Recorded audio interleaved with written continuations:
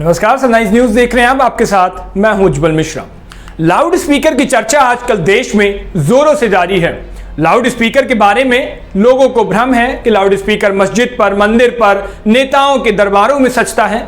लेकिन जब हमने लाउड स्पीकर का इतिहास जानने की कोशिश की तो इतिहास बड़ा दिलचस्प निकला। तो इसी लाउड स्पीकर की आज पूरी कहानी आपको बताने जा रहे हैं कि आखिर लाउड स्पीकर का बना किस लिए था और आज यूज किस लिए हो रहा है। लाउड स्पीकर बना तो आवाज को बढ़ाने और लोगों को स्पष्ट सुनाने के लिए, पर आज ये विवाद की आवाज बन गया है। इसे बनाने वाले अलेक्जेंडर ग्राहम बेल या लगातार अपग्रेड करने वाले ढेरों वैज्ञानिक या कंपनियों का मकसद सिर्फ और सिर्फ आवाज को दूर तक पहुंचाना था। पहले कभी राजनेता की सभाओं में लगने वाला लाउड स्पीकर आज हर पूजा स्थल तक पहुंच गया है। शादियों में, पार्टियों में, समारोहों में जोर जोर से आवाज को बढ़ाते हुए दिखाया जाता है। यहां तक कि रेडियो, फोन, टीवी, लैपटॉप के अंदर अपने अलग अलग रूप में लाउड स्पीकर मौजूद होता है। 161 साल पहले जोहान फिलिप रीस ने टेलीफोन में इलेक्ट्रिकल लाउड स्पीकर लगाया था ताकि टोन अच्छे से सुनाई पड़े।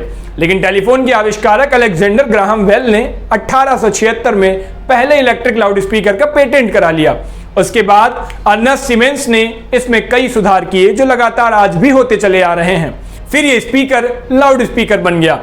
धातु के गोल गड्ढेनुमा आकृति जिसके पतले हिस्से से आवाज निकलती है और चौड़े हिस्से से दूर दूर तक आवाज फैल जाती है, वो लगातार विकसित होता रहा। लाउड स्पीकर का रेडियो में पहली बार 1924 के आसपास लगाया गया था। यह काम किया था जनरल इलेक्ट्रिक के चेस्टर डब्ल्यू राइस और NT&D के एडवर्ड डब्ल्यू केलॉग ने। मूविंग कॉयल तकनीक का उपयोग इस रेडियो में किया गया था। 1943 में ऑल्टिक लैंसिंग ने ड्यूप्लेक्स ड्राइवर्स और 606 स्पीकर्स बनाए। 1943 में ऑल्टिक लैंसिंग ने ड्यूप्लेक्स ड्राइवर्स और 604 स्पीकर्स बनाए जिन्हें वॉइस ऑफ द थिएटर कहते हैं। 1954 में एडगर बिल्चर ने एकॉस्टिक सस्पेंशन की खोज की, जिसके बाद आप स्पीकर्स वाले म्यूजिक प्लेयर्स लेकर घूम सकते थे। 80 के दशक में बड़े कैसेट प्लेयर्स लेकर लोग घूमने लगे थे। 90 के दशक में वही वॉकमैन में बदल गया। अब ये लाउड स्पीकर की जो इतिहास है ये तो आपने जान लिया, लेकिन ये काम कैसे करता है ये भी जानना बहुत जरूरी है।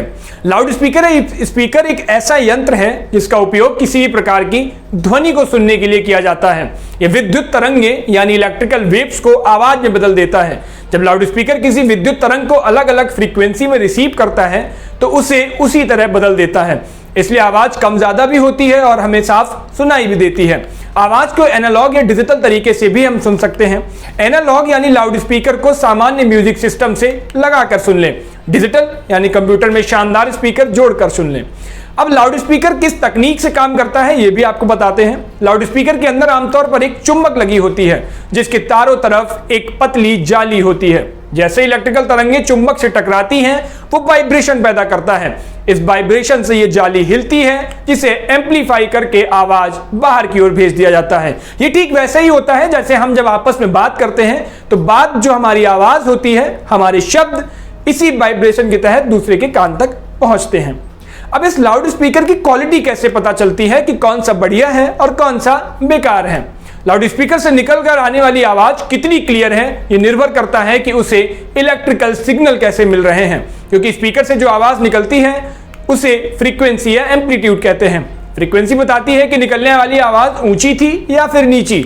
इनसे पैदा होने वाले आवाज के दबाव से यह पता चलता है कि लाउड स्पीकर की गुणवत्ता कैसी है। जितनी स्पष्ट आवाज उतना ही शानदार लाउड स्पीकर। अब इस लाउड स्पीकर के फायदे और नुकसान भी जान लीजिए।